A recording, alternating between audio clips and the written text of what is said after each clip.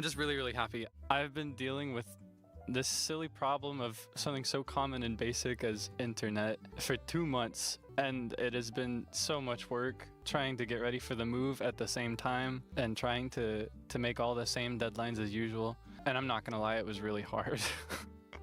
So to finally be at the other end of the rainbow, you know, to find the end of the tunnel, is that what it is? It was a very long road, and I tried to stay optimistic the entire time, but all signs pointed to just misery. So to finally have that prize at the end, it just feels really good.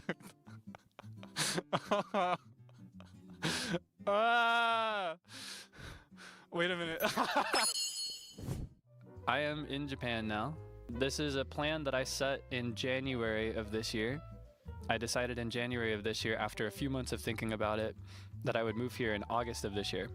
Initially, it was actually more like end of August, maybe even early September was my plan, just based on the anticipated workload.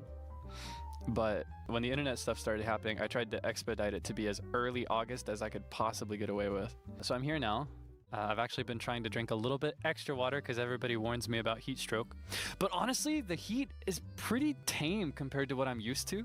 I don't know, I understand that it was definitely worse in like July probably. Like even here, people have been warning me already, like be careful today, make sure you drink plenty of water. I'm like, it's not that hot. Maybe my standard for heat is a little different than other people because of where I grew up. Did I stay indoors a lot? No, I did not actually stay indoors a lot. In fact, I actually kept making excuses to go out, and I keep doing it because I just love being outside. It feels really nice. How has navigation been? It was hard at first. I had a difficult first day, but I've learned that it's actually really easy. At first, I got overwhelmed because all of the names are in a language that I don't natively speak. And even if names are a bit different than proper nouns, I don't know if it's something you can relate to, but if it's a language you don't speak as well, sometimes names and things kind of sound similar. For the first day, I had a really difficult time knowing which stop I was listening for, or like identifying the one that I knew I was waiting on. Honestly, even now, I get kind of overwhelmed trying to figure out, okay, where's the sign that tells me that it's this line? Where's the sign for this exit?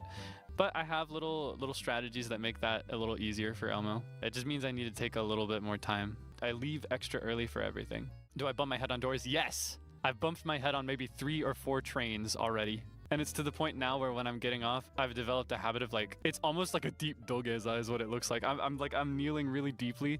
And I wondered if people look at me and think, oh, he's so polite. But actually, I'm just trying not to hit my head. It's so weird because it's like, this is a totally new place for me. Like even in the States, I never fully moved out. I've never properly moved out with full commitment to move out and stay out. So this is new in that way. It's a new country where I don't speak the local language fluently. And yet there's something so familiar about it. It's the newest, most different conceivable change, like drastic maybe is a better word. And yet it feels familiar.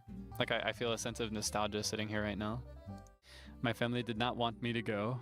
They just kind of accepted it. They're very supportive of it. They're happy that I have cool new opportunities and resources now, but for my mom especially, it's because none of us have ever done this before. She's employing like whatever strategies she can to deal with that. I cannot tell you too much about the process of getting my visa. It's just generally better that I don't give you all those details. But I will give you the vaguest summary to express to you how difficult it was for me specifically. When you go to an embassy or to a consulate location, it is related to your home address, which one you go to.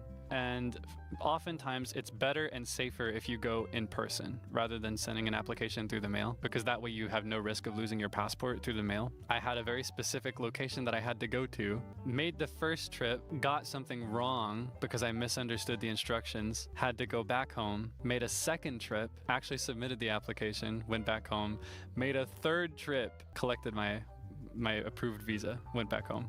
Do you want to know how many hours I was on the road across these 3 cumulative days? Do you want to know how many cumulative hours that added up to, there and back? 47 hours. That is how many hours my mom and I spent on the road to get this visa. Not exaggerating. I did the math.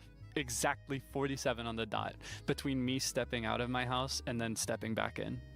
That's the grand total across 3 different trips. Yeah, I would not have been able to do that myself. Yeah, it was rough. It was brutal. Yeah, shouts out my mom. for getting me there and back 3 times. This is all going on at the same time that I'm struggling with the internet. There were actually a couple trips where I was actively in communication with my dad on the road trying to figure out what was going on with the internet. Got my visa. Yippee. Here to stay. And then, let's see, we had a number of meals leading up to my departure as well. I'm sure you care about that kind of thing. We had a more extended family meal where it wasn't just my household, like my mother, my father, and my siblings. This one had my grandparents and my aunt and my cousins, and just more extended family came over for this. Yeah, we had a lot of food, and it was really nice. And I had to answer 1 billion questions. I got to demonstrate my baby Japanese, and they thought that was the coolest thing in the world. My grandpa in particular kept being like, "Are you going to go to Japan and find a wife?" is what he said a number of times. You can infer the details. I think this might just be an old people thing. Or maybe it's like a rural/southern old people thing. I'm not too sure. And then a number of questions about Japan, and that was kind of fun actually, answering those kinds of questions. Not too long after that, we had a little trip actually. My childhood home would be the Lost Woods. I used to live in a place that did not even count as a town or even a village. There was like nobody there, not a single neighbor. Middle of the woods. The nearest neighbor was a really long walk or a relatively short drive through the forest. Just to kind of like properly say goodbye to the area, we went to that area that I grew up and to that empty house that I lived in. It was a really emotional experience because I hadn't been there since I was like 11. It was really weird. I took a number of photos of it because it's like a lot of it is the same as we left it, but a lot of it is different too. It's like it's overgrown. I remember it being huge, but it actually was pretty small. I never realized it at the time. I just kind of breathed in that air for a little bit, and I walked the paths that I used to walk, and I just kind of reflected on how much I've grown over the last 2 decades. And then I think it was the day before my departure, we had a family dinner where it was just the household, not the extended family, so no aunts, no uncles, no grandparents. And my mom made my favorite lasagna. And I think it's been like maybe 7 years since she's made that lasagna. So it made me really, really happy to have that because hers has always been my favorite. I ate literally as much as I could hold in my body, and then I ate a little bit more. I had lasagna in my gut for several hours of that flight, and then I destroyed the bathroom in the airport. Maybe that can make the story a little sillier if I tell you that detail.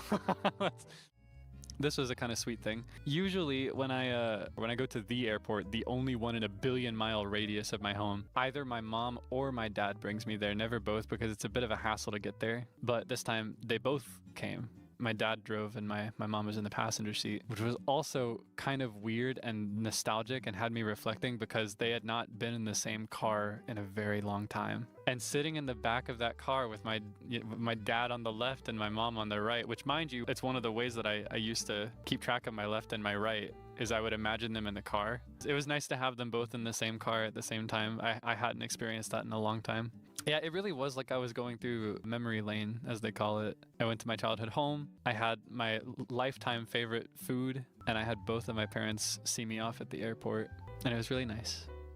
What's my go-to konbini food? I really love the onigiri with soybeans and edamame in it. And for a proper meal, I don't know what the label on it says, I can't remember, but it's like a sampler of meat with rice under it. But I'm trying not to have my proper meals in konbinis as much. Like I'm trying to go to nearby sit down restaurants when I can because I need to improve my confidence talking to people in Japanese. Have I encountered Japan's rush hour trains yet? I assume you mean the ones where you're crammed in like sardines, right? Yes, I've been in a couple of those. It's a little overwhelming, but I've learned to just kind of be mindful of the space that I'm taking up and try not to step on anybody. Have I tried natto yet? No, not yet, but I really want to. That's like a very famous question that I've been asked by so many Japanese people. Maybe I could try it on stream sometime.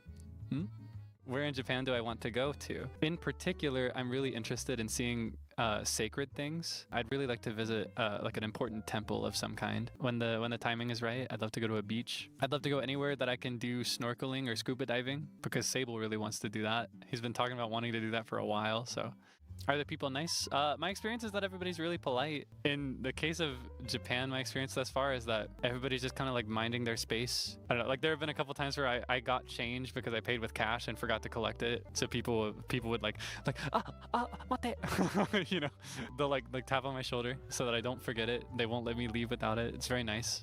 It's a little hard for me sometimes because I'm not very well coordinated. Like my spatial awareness leaves a lot to be desired. So I appreciate that people are kind of patient.